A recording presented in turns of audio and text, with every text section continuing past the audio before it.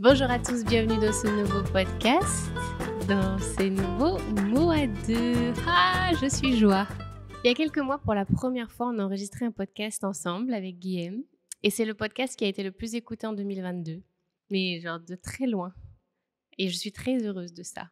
Je pourrais être genre, oh merde, j'ai besoin de lui pour exister. T'as besoin d'un nom? Bah non, je pense pas que ce soit Non, le je fait rigole. que ce soit là. Je pense que c'est le fait qu'on échange tous les deux en fait. Je pense que la intéressant. conversation était vraiment intéressante. Et d'ailleurs, ça serait intéressant qu'on la réécoute parce que c'était avant que ça parte en live en Andalousie. Donc, ça Je pense que le pourrait être live drôle. était déjà là, c'est juste qu'on le voyait pas. Ah, il y a peut-être de ça aussi. Ouais, je pense que c'est ça. Enfin bref, du coup, moi j'avais vraiment la sensation qu'après ce podcast, on allait pouvoir trouver une routine où régulièrement on allait tourner ensemble, régulièrement on allait enregistrer des choses ensemble et en fait, pas du tout. Pour expliquer un petit peu le pourquoi du comment, on a fait la première fois, on a fait cet échange tous les deux. On s'est dit bon, on va essayer. Elle me poussait à prendre la parole et c'est vrai que c'était quelque chose qui n'était pas forcément naturel pour moi. Et donc du coup, je me suis lancé. Donc on a fait ce truc-là ensemble et on s'est dit qu'il fallait qu'on le refasse. Et en fait, les choses se sont faites de façon à ce que on n'a pas relancé le projet. Et en revenant sur Barcelone, on s'est dit bon, il faut qu'on le relance. Je pense que ça peut être intéressant, à la fois pour toi et pour moi. Et donc, nous voilà aujourd'hui. Est-ce que c'est une deuxième phase de test? Je sais pas. En tout cas, on avait pris beaucoup de plaisir la première fois, du coup on s'est dit, bueno, c'est quand que ça arrive la deuxième. Et nous voilà, on a tout mis en place pour que ça se fasse. Ouais, ça a été un peu fastidieux. Bon, il y a eu un déménagement entre etc. C'est On n'en beaucoup parle pas. d'organisation, mais en tout cas, le plaisir est grand. Comme vous le savez certainement, les podcasts sont possibles grâce à notre partenariat Ringana. Et donc, pour être très clair, il y a quelques semaines, on a décidé de s'aventurer, de se lancer dans le grand bain de l'aventure Ringana. Donc, nous sommes partenaires Ringana. Ça fait des mois et des mois qu'on utilise cette marque en sourdine. On n'en a jamais parlé, on ne s'est jamais vraiment exposé avec la marque parce que ce n'était pas juste pour nous. Et finalement, il y a quelques semaines, on a senti que c'était le bon moment de vous parler de cette marque et de la mettre en avant à travers les podcasts, à travers peut-être d'autres contenus. Mais on a vraiment à cœur que ce partenariat permette de soutenir le contenu gratuit que l'on produit toutes les semaines, que ce soit ensemble ou que ce soit juste moi devant la caméra. Finalement, il y a toujours Guillaume quelque part dans l'histoire, vous ne le voyez pas toujours. Ringana, c'est une marque de soins et de compléments alimentaires autrichienne que vous pouvez découvrir d'ailleurs directement dans la barre d'infos. On vous met notre boutique Ringana, notre boutique partenaire. Et c'est une marque qui répond aux besoins de toute la famille. Et ça, c'est absolument merveilleux, de manière naturelle, de manière durable, de manière éco-sostenible, j'allais dire. En tout cas, c'est vraiment l'idée de prendre soin et de se servir de la technologie du 21e siècle au service de l'environnement et au service de notre nature d'humain. Et on est très heureux d'être partenaire Ringana. Et être partenaire Ringana, ça signifie que quand vous allez acheter à travers notre page et notre page partenaire Ringana, nous touchons des commissions. Et ces commissions-là, on a vraiment envie que ce soit le soutien de cette production-là que l'on fait. Par exemple, payer les lieux dans lesquels on est, payer le matériel et puis simplement rémunérer le temps aussi que l'on passe à ça. Donc, vous découvrez une marque, vous faites du bien, vous faites du bien et nous, on est le vecteur de ça et on est très fiers de pouvoir Ouais, l'être. complètement. Et je trouve que c'était hyper intéressant aussi d'évoluer avec une marque en fait qui soit vraiment qui nous suive sur tout notre contenu et tout notre création, etc. Parce qu'en fait, ça crée une histoire. Et pour nous, c'est toujours important d'avoir une véritable histoire avec les gens avec qui on travaille. C'était le choix parfait en fait pour notre activité de création de contenu, je trouvais. Exactement. Donc, vous retrouverez en barre d'infos notre page partenaire Ringana. Si vous êtes tenté, c'est là que ça se passe. C'est marrant quand même, parce que je dis notre création de contenu, mais peut-être que les gens ne savent pas que, en fait, déjà, ça fait 8 ans qu'on est ensemble. 8-9 ans, bientôt 9, Mm. et que ça fait presque 8 ans qu'on travaille ensemble, en fait. Et que tout le contenu que tu as fait jusqu'à maintenant, au final, on l'a fait tous les deux, en vrai. Et c'est vrai que ça me fait bizarre, moi, de dire notre contenu, parce que c'est vraiment la première fois que je dis ça, je crois, devant la caméra.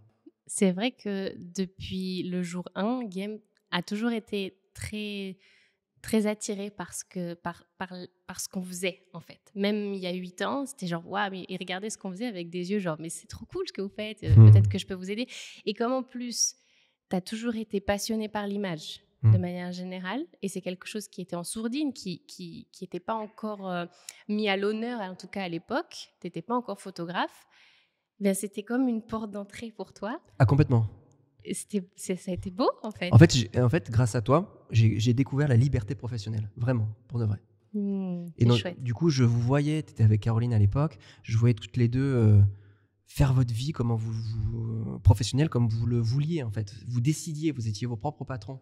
Et je trouvais ça ouf. Bon, j'avais fait une école de commerce, donc je savais qu'on pouvait être entrepreneur, mais entrepreneur de cette façon, je trouvais ça fascinant, en fait. Et je me disais, waouh, il fallait que je rencontre ces femmes pour me rendre compte que en fait, une autre vie était possible, en fait. Et donc, du coup, ça m'a mis sur ce chemin-là. Et ensuite, je me suis investi à fond dans ta partie à toi au niveau de la vidéo et tout ce que tu faisais sur les réseaux sociaux. Et puis la partie business après aussi, où c'est toi qui Ouais. as géré pendant des années la partie contractuelle avec les marques, quand on travaillait encore avec les marques. Et puis Mais ça, on va dédier un podcast sur le sujet, parce que ça c'est vrai que là, en fait, on risque d'être un peu est long. venu pour autre chose. Ça risque d'être un peu long. Et je ne sais pas si ça intéresse les gens. Il faudrait qu'il y ait un podcast dédié à ça, qui ait des Allez, questions. c'est acté. Je pense. Bah, vous nous direz, si vous regardez sur YouTube, vous nous direz en commentaire. Si vous regardez en audio, vous viendrez nous le dire sur Instagram, à quel point ça peut vous intéresser un petit peu ce chemin que l'on a eu depuis 8 ou 9 ans d'entreprise en commun en étant un couple. Ça, c'est un challenge. Donc aujourd'hui, on est venus tous les deux pour parler d'un sujet, mais on ne sait pas encore de quel sujet.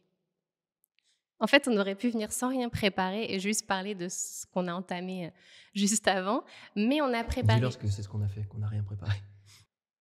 Mais si, regarde. Oui.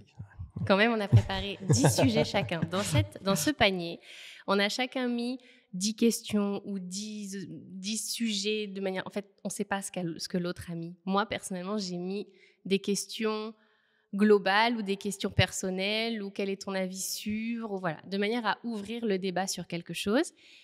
Et je ne sais pas, toi... Pareil. À peu près la même chose. On a essayé de se briefer sur ça sans dire ce que l'autre avait mis. Donc, c'est vraiment surprise. Et donc, qui va tirer au sort ? Qui commence ? En fait, c'est ça la question. Bah, en fait, je pense que si c'est une question à moi, c'est toi qui réponds. Si c'est une question à toi, c'est moi qui réponds. En premier. Bon, on fait quoi ? On fait Shifumi ?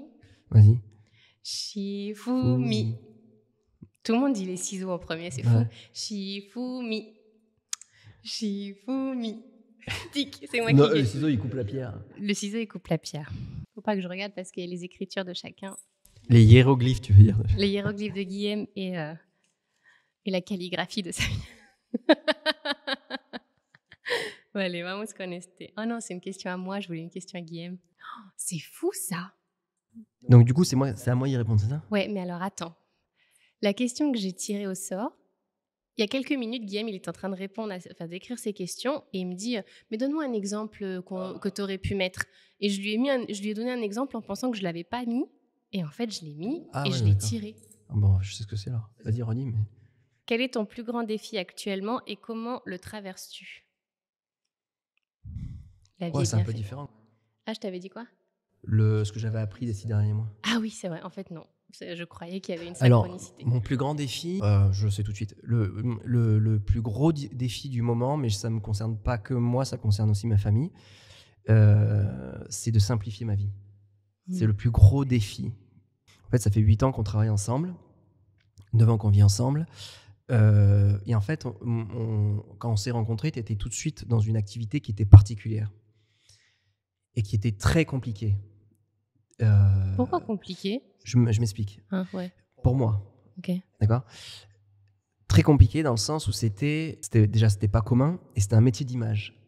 Et moi, je suis quelqu'un qui n'aime pas être devant la caméra et qui n'aime pas trop ces métiers de représentation, d'image, de paillettes, tout ça, tu vois. Donc, pour moi, c'était déjà compliqué de base, tu vois. Petit à petit, je me suis retrouvé à fond dans la difficulté. Et en plus, donc au départ, je t'aidais sur la partie vidéo, photo. C'était très intéressant. C'était peut-être la partie la plus simple pour moi. Et petit à petit, je suis parti sur la partie business. Et la partie business, c'est clairement quelque chose aussi que je maîtrise parce que c'est quelque chose que j'ai toujours fait en fait. Mais c'était différent de ce que je faisais avant parce que c'était une partie beaucoup plus en relation avec les marques. Il fallait gérer ton image, faire en sorte que les marques respectent ce qu'on avait prévu pour toi. Enfin, voilà.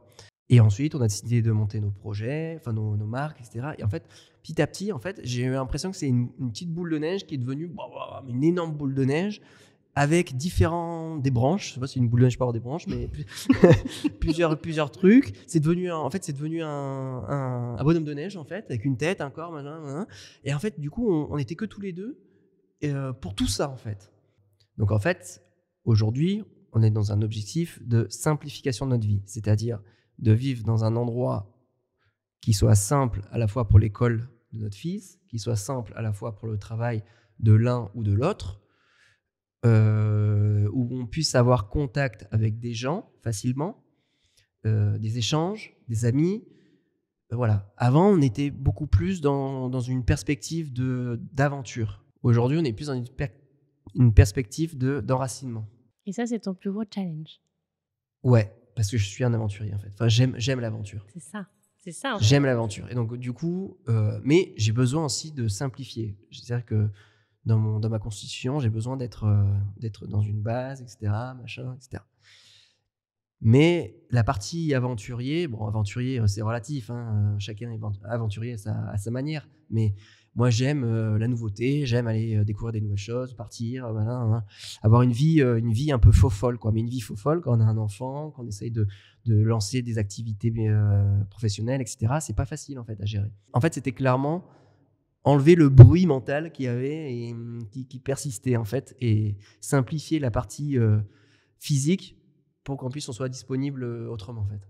Est-ce que c'est pas parce que justement on n'a pas pris le temps de bien structurer qu'on peut pas savourer l'aventure?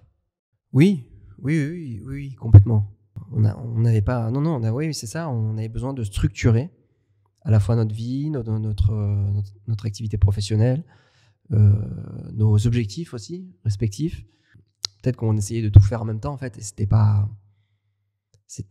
possible parce qu'on y est arrivé pendant plein d'années, mais sauf qu'au bout d'un moment, on s'est fatigué, je pense. Ouais. Et je pense qu'aussi, nos 8 ans, alors c'est pas 8 ans à fond, mais peut-être nos 5 ans de réseaux sociaux à toper à fond, en fait, ça nous a cramé, je crois. Ça nous a cramé complètement. Moi, ça m'a cramé encore plus que toi parce que je suis pas fait pour ce monde-là. Quand je dis je suis pas fait pour ce monde-là, c'est ce qu'on faisait avant, c'est-à-dire être dans les soirées, je sais pas, peut-être que tu peux en parler un petit peu plus de. En fait, ce que tu veux dire, c'est que d'après ce que je sais de toi, les réseaux sociaux, c'est bien pour être une vitrine pour toi, mais ça s'arrête là. C'est-à-dire que c'est pas l'aspect très paillette et très surfait parfois des réseaux sociaux et de l'influence, en fait. Vraiment, ça, c'est un peu le boulot de l'influence, d'être par parments et par vaux, d'être dans des soirées où on se dit mais pourquoi je suis là alors que c'est pas mon univers. Mais déjà, de base, le nom du travail, c'est-à-dire influenceur, me débecte. Ce n'est en rien de l'influence. Parce qu'en fait, tu peux pas te dire que tu influences des gens. En fait, tu n'es pas censé le savoir, en fait, que tu influences. Oui. Tu vois, c'est vrai. Tu influences parce que tu fais des choses qui inspirent et qui plaisent aux gens. Et donc, du coup, tu as une voix qui porte et qui fait que ça intéresse des gens. Mais tu peux pas dire j'influence des gens, je suis influenceur. C'est nul en fait. Oui, c'est pas correct. C'est pas un métier. Mais c'est pour ça que beaucoup d'influenceurs se disent plutôt créateurs de contenu, ce qui est beaucoup plus juste. Complètement. En fait. Ouais. Mais ouais, c'est peut-être moi qui n'aurais pas dû dire influenceur. Non, mais ça s'appelait comme ça à l'époque. On appelait ça comme oui, ça. avant de dire créateur de contenu, on disait influenceur. D'abord, on disait youtubeur parce qu'il y avait que ça, ou instagrammeur. Et je me rappelle la première fois qu'on a rencontré une fille qui faisait que Instagram, on était là. Mais tu fais quoi de tes journées en fait si tu fais que Instagram? Et on était genre ébahis, quoi. Et en fait, elle faisait autant que nous, mais c'était partie photo et nous, on était peut-être plus partie vidéo. Et on faisait voilà, mais c'est juste qu'on connaissait pas bien. Pas, et, voilà, et on parle de ça il y a 6 ans en arrière. Et donc, c'est même pas très vieux. Mais c'est vrai que je pense que dans cette idée d'être dans un monde qui, en fait, ne te correspond pas vraiment parce que tu n'es pas dans la promotion de toi-même. Tu n'es pas dans le te montrer. Tu n'es pas... Et en fait, moi, j'aime ça. J'aime me promouvoir, j'aime me montrer, j'aime être dans des soirées mondaines. Enfin, c'est un truc qui fait partie de moi et que je savoure. Mais Guillaume, vraiment, il y a un conflit intérieur avec ça. Et Ouais, mais par contre, j'en ai besoin. C'est-à-dire que j'ai horreur de ça, mais en fait, il faut que... Comment dire? Si je vais à l'extrême de ce que je suis, en tout cas de ce que je suis à l'étape... dans l'instant T dans lequel je vous parle, je suis isolé en haut d'une montagne, tout seul, à travailler, écrire. tout seul, à écrire, à photographier, à être tout seul avec ma famille. Mais sauf que ça, on a expérimenté ça, et c'est pas du tout ce qu'il me faut en fait. Donc en fait, parfois, on est d'une façon, je sais pas comment l'expliquer. En fait, c'est parce qu'on n'a pas découvert encore une autre partie de soi. Et je suis en train de la découvrir petit à petit, en fait, que finalement, cette partie de je m'isole et je vis seul et ben, c'est peut-être finalement un côté qui vient d'un karma passé que je dois pas réexpérimenter parce que je suis pas venu pour ça, en fait, et que et qu'il a fallu que je vive l'extrême de ce truc-là pour me rendre compte qu'en fait, c'est pas ce que je suis. Qu'il y a une autre partie de moi qui finalement, et c'est pour ça qu'on s'est rencontrés, c'est pour ça peut-être que j'ai été dans ce monde-là, que ça a été, quelque part, ça a été un peu désagréable pour moi. Je dirais pas désagréable. Inconfortable. Exactement, c'est le mot que je cherchais, inconfortable pour moi, parce qu'en fait, il y avait derrière ça une possibilité, une porte ouverte. Je suis allé expérimenter ça d'une façon. Et en fait, peut-être que cette chose-là est très intéressante pour moi, mais d'une autre façon.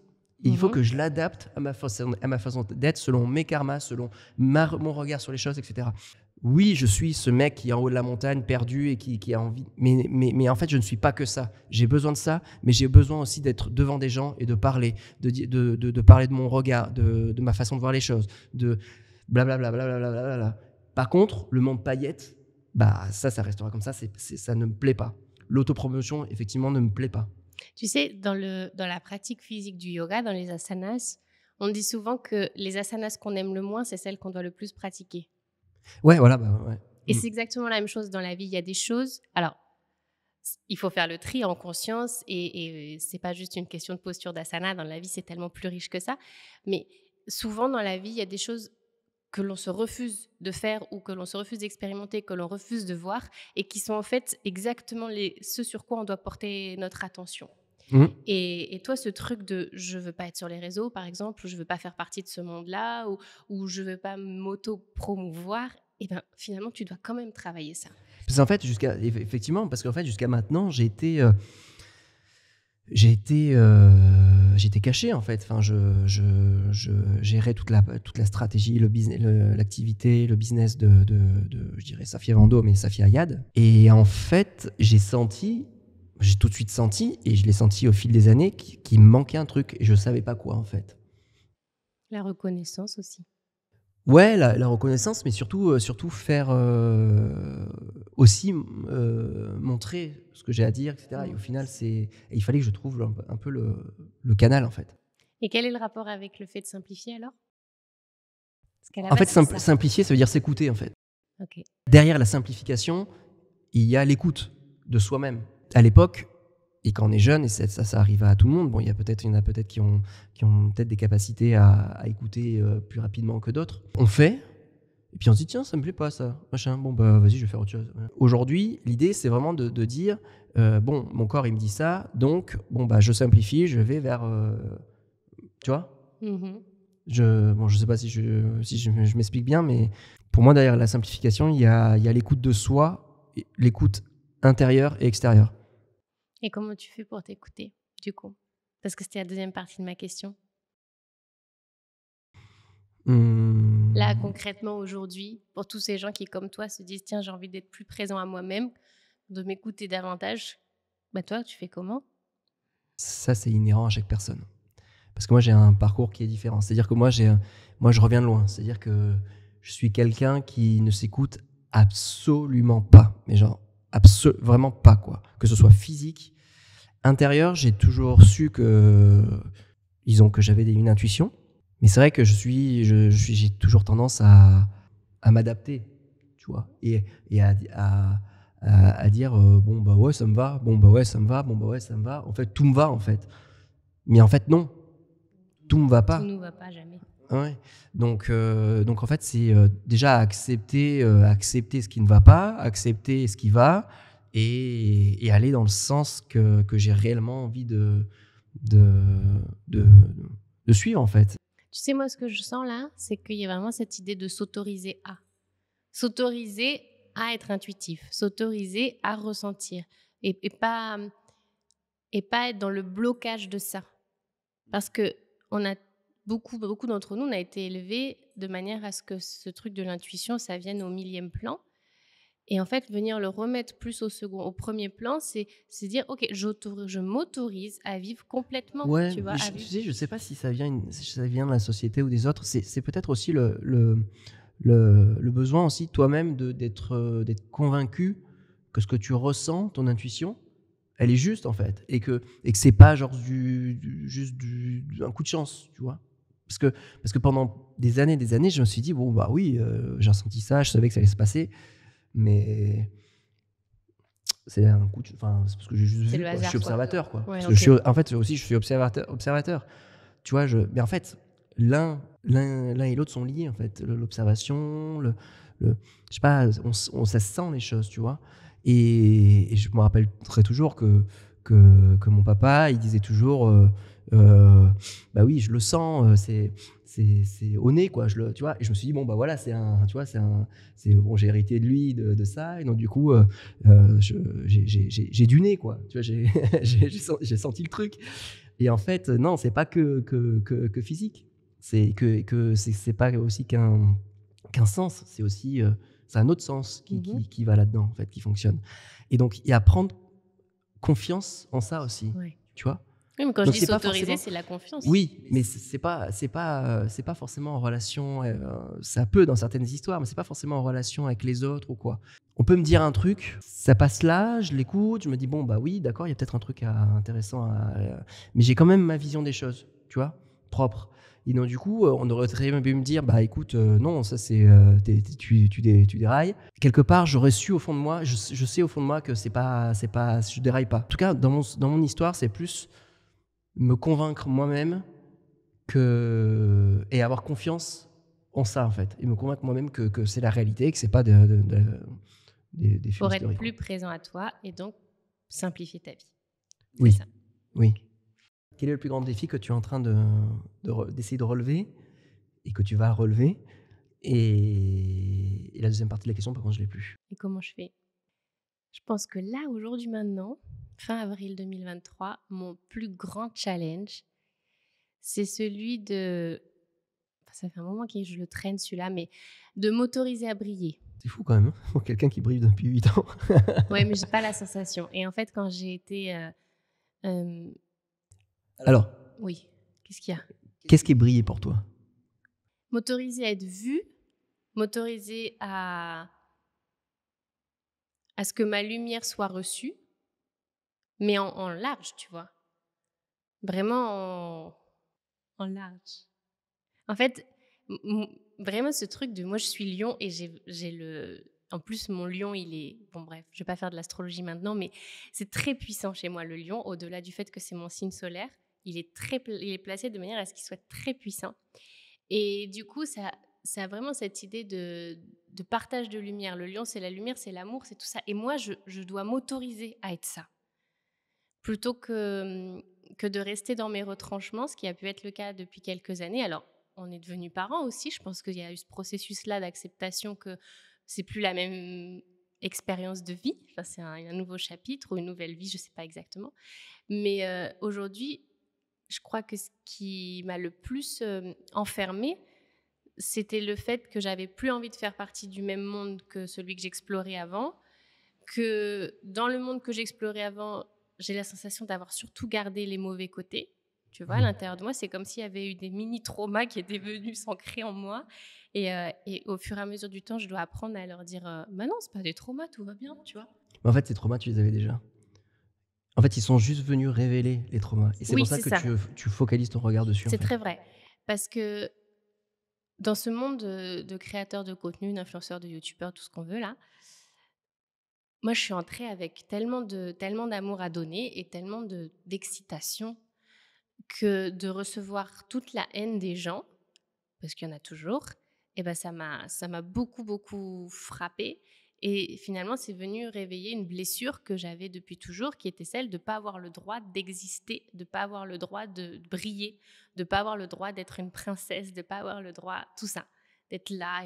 Alors que c'est un truc qui fait partie de moi et que j'ai envie d'explorer et que j'ai exploré pendant très longtemps dans mon adolescence et dans ma jeune vie d'adulte. J'étais toujours vue, j'étais toujours désirée, je me mettais toujours en avant à travers le théâtre, à travers le fait que j'étais déléguée de classe, à travers le fait que je m'habillais d'une manière différente. Du coup, voilà, mais du coup, c'est quand même, tu parles de princesse, mais c'est une princesse qui a vraiment un rôle quand même. C'est pas la représentation. On n'est pas dans la princesse qui représente juste. Non, et puis, on est dans la princesse qui a une action, qui a un métier et qui est princesse, qui sert à quelque chose, quoi. Oui, mais beaucoup de princesses servent à quelque chose. Je suis pas spécialiste en Moi, princesse. je pense à Diana, par exemple. Elle a été hyper intéressante dans tout ce qui est humanitaire, tout ça. Elle était très impliquée. Mm-hmm. Tu vois, enfin bon, bref, on va pas parler des princesses. Mais il y avait vraiment cette blessure en moi qui était très antinomique avec ce que j'expérimentais jusqu'à devenir youtubeuse, parce que, en fait, j'étais une princesse autoproclamée, tu vois. Et je brillais et c'était OK. Et à partir du moment où je suis rentrée sur les réseaux sociaux, j'ai reçu tellement de vagues de haine. Alors peut-être que c'était tout petit par rapport à d'autres, mais pour moi, c'était énorme, que ça s'est venu finalement appuyer sur cette souffrance-là que j'avais pendant très longtemps réussi à dominer.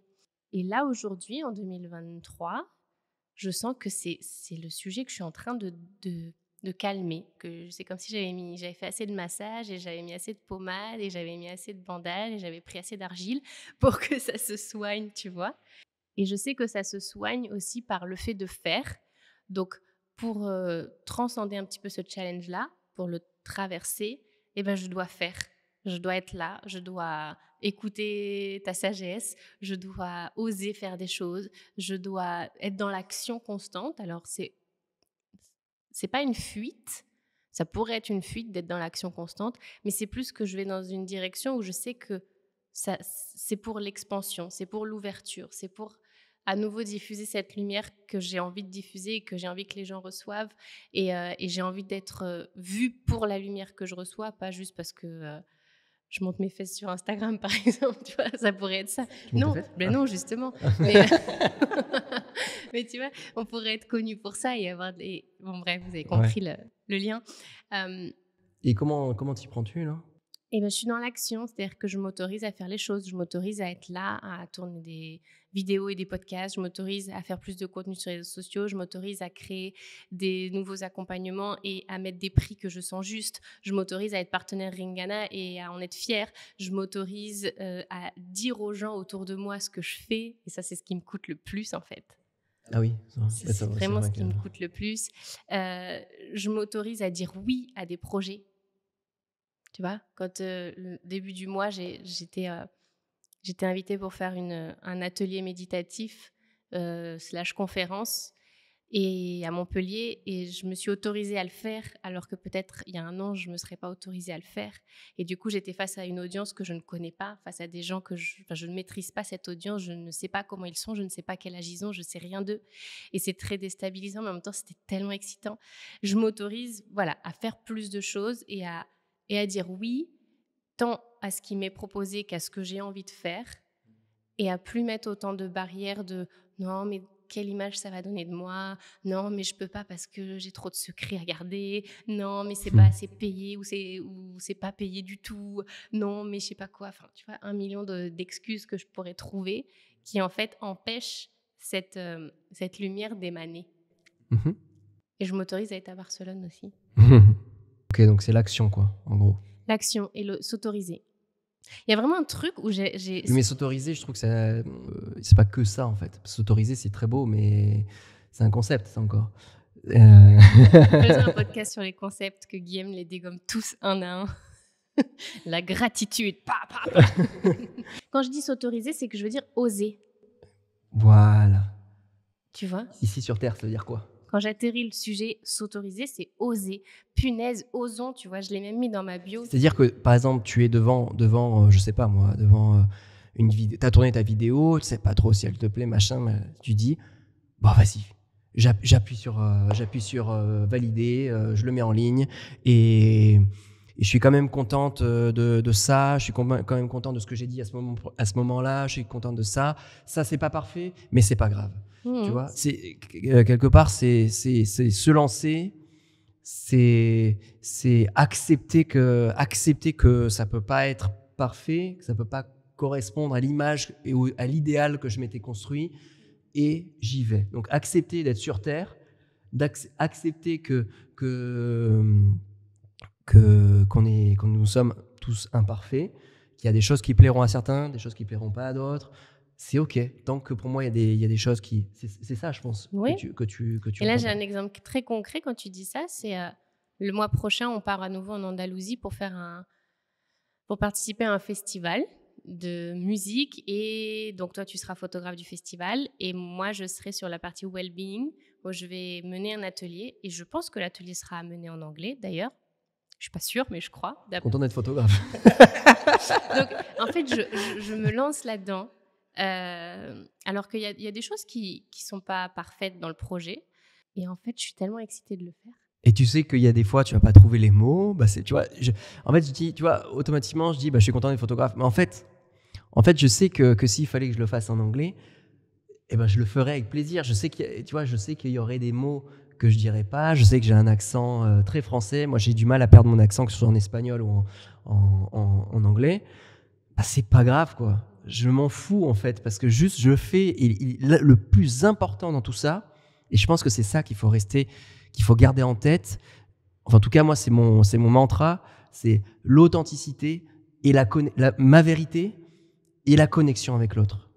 Moi, si j'ai ces trois points, eh ben, j'ai réussi. Après, si je suis mauvais, je m'en fous. Je m'en fous. De toute façon, le jugement de valeur, il viendra de l'autre, quoi. Et même toi, si tu te juges au moment où tu vois le truc, bah, t'as un truc à apprendre de non-jugement. Oui, mais tu sais, il y a des jours où tu peux... Par exemple, aujourd'hui, typiquement, là, dans le podcast dans lequel on est en train d'enregistrer, je me sens moins bon que d'autres fois quand on a discussion. Mais pourquoi ? Parce qu'il y a plein de choses qui rentrent en jeu. Parce que juste avant qu'on enregistre, on était dans la course, parce que il fallait emmener le petit, parce que si, parce que ça. Mais tout ça, c'est des excuses qui veulent vous soustraire à l'instant présent, en fait. Ok, d'accord, bon, bah, je suis peut-être un peu moins précis mais c'est parce que aussi je fais des choses, je suis en train de faire des choses que j'ai jamais faites, en fait, tout simplement. Donc, mais je suis hyper fier de moi et c'est trop bien. Je sais que peut-être que je peux paraître pour certains, bah, du coup, un peu confus, mais pour d'autres, d'autres vont se dire, mais waouh, machin, etc. Ça, c'est intéressant, donc je peux récupérer ça pour moi, etc. Et tu vois, et du coup, le plus important, c'est que je sois dans le lien avec l'audience, que je sois en lien avec toi. Au final, au départ, il y a toujours, quand on enregistre, c'est toujours ce moment où le stress d'être devant la caméra, mais l'idée, c'est d'oublier ça et d'être dans le lien avec toi, en fait. Tu vois ? Et pour moi, il est là le plus important. Et le lien avec vous aussi, pour que je puisse donner un vécu qui puisse vous être utile, en fait. Parce que juste raconter ma vie pour raconter ma vie, en fait, ça n'intéresse personne. Et moi, je pense que c'est ce qui est important. L'authenticité, sa vérité, et quoi ? Authenticité, vérité. Mais authenticité, vérité, c'est un peu pareil. Et le dernier, c'est le lien. Quand j'ai rempli ces trois règles, eh ben, je suis parfait. Enfin, voilà. Je suis ce que j'attends. Toi, c'est peut-être d'autres règles ? Je pense qu'elles sont liées, mais il y a cette idée de présence, d'être là, quoi. Après, Sadhguru, il dit tu peux pas être ailleurs. Mais ce que je veux dire, c'est être là même dans ta tête. Genre, tes pensées, elles sont là, elles divaguent pas vers ta liste de courses ou la personne qui t'a fait chier hier, quoi. La présence, la vérité, l'honneur de soi. C'est-à-dire que être connecté à sa confiance en soi, à sa vérité, voilà, dans son honneur personnel, tu vois. Je te montre ma version la plus juste, la plus vraie, la plus pas sans filtre, mais la plus nature. Ça, c'est très important pour moi. Et si je devais en dire un troisième, il y a une notion de joie et de fun. Parce que je trouve que si les moments ne sont pas fun ou pas joyeux, c'est un peu dommage, quoi. Pourquoi tu veux de la joie en fait? Parce que je pense que même la tristesse peut se transmuter en fait. Et que, et que dès qu'on arrive à transmuter ces émotions un peu down là, eh bien on arrive plus facilement à traverser la vie. Et je dis pas qu'il faut fuir la tristesse ou la colère, tout ça. Au contraire, c'est juste se dire, ok, là j'ai vécu ma colère, j'ai vécu ma tristesse, maintenant, a por ello, je vais à de la joie. Et je trouve que d'aller chercher la joie constamment, en transmutant ces fréquences plus basses, et ben ça nous permet d'avancer. Et c'est plus t'es haut dans ta fréquence, et plus c'est chouette de vivre en fait. Et pour moi, c'est ça. Les plus beaux moments, c'est ceux où j'arrive à être pleinement moi-même, où j'arrive à être dans la joie et j'arrive à être présente. En fait, j'ai découvert le yoga, que j'ai découvert, enfin, je connaissais, mais que je pratiquais pas forcément, la méditation. Et en fait, le travail du corps et le travail aussi du mental pour m'aider à arriver vers la simplicité. De toute façon, tout part du corps. À partir du moment où on a compris ça, c'est pour ça que dans la structure de Monsieur Patanjali, donc le fondateur du yoga, du Hatha Yoga, la notion de corps, donc des asanas, vient avant la méditation. Ça sert à rien de méditer si tu travailles pas ton corps. Ça sert à rien. Si, c'est toujours mieux, mais tu vas juste pouvoir calmer ta mente sur l'instant T, mais tu vas pas vraiment pouvoir faire quelque chose sur une longue durée. Travailler le corps, particulièrement à travers les asanas, de manière consciente, et l'idée, c'est pas de mettre la tête en bas, les pieds en l'air, on n'en a rien à cirer, c'est vraiment d'être dans un lien conscient entre le corps, la respiration. Ça permet d'atteindre le samadhi, donc l'état le plus haut de conscience et d'éveil, qui nous libère de la souffrance, qui nous libère du fait d'être humain, parce que c'est une souffrance aussi d'être humain, mais sans fuir le fait d'être humain. Tu vois ? Donc revenir toujours au corps, toujours au corps, mais de manière consciente et de manière rationnelle aussi. Et sans vouloir faire des pirouettes, on s'en fout. Bah, c'est bien de faire des pirouettes c'est aussi. C'est trop bien, moi j'adore regarder ça. Et je sais pas les faire. Mais c'est pas. Chacun sa version. Je dis ça pour décomplexer les gens qui peuvent pas le faire, qui n'y arrivent pas, ou pour qui ça c'est pas un fait, c'est pas un sujet. Et ceux qui y arrivent, bravo. Et ceux qui arrivent, vous nous régalez. Continuez. En tout cas, je voulais te dire merci. Ah bah merci à toi, écoute. J'étais ravie de te voir avec ta peau toute douce. Je voulais vous dire merci à vous. J'espère que cet épisode vous a nourri. En tout cas, nous, ça nous a nourri, ça nous a fait du bien. On a eu beaucoup de plaisir, je crois, à enregistrer ensemble à nouveau. Ouais, complètement. J'ai pris autant de plaisir que la dernière fois. C'était un peu plus dur pour moi, un peu plus confus, mais la prochaine fois, ça sera encore différent. Et on a hâte, enfin je vais parler pour moi parce que là je ne peux pas parler pour les deux. En tout cas, j'ai hâte d'enregistrer à nouveau avec toi. J'ai hâte qu'on continue ce chemin d'expansion dans nos entreprises et dans notre auto-réalisation ensemble. Ouais, pareil. À très bientôt. Vous pouvez nous retrouver sur les réseaux sociaux, vous savez, sur Instagram. Tout est en barre d'infos. Prenez grand soin de vous. Lâchez-vous la grappe. Vivez la vie avec joie. Et c'est tout. Que vive l'amour et vive la joie. À bientôt.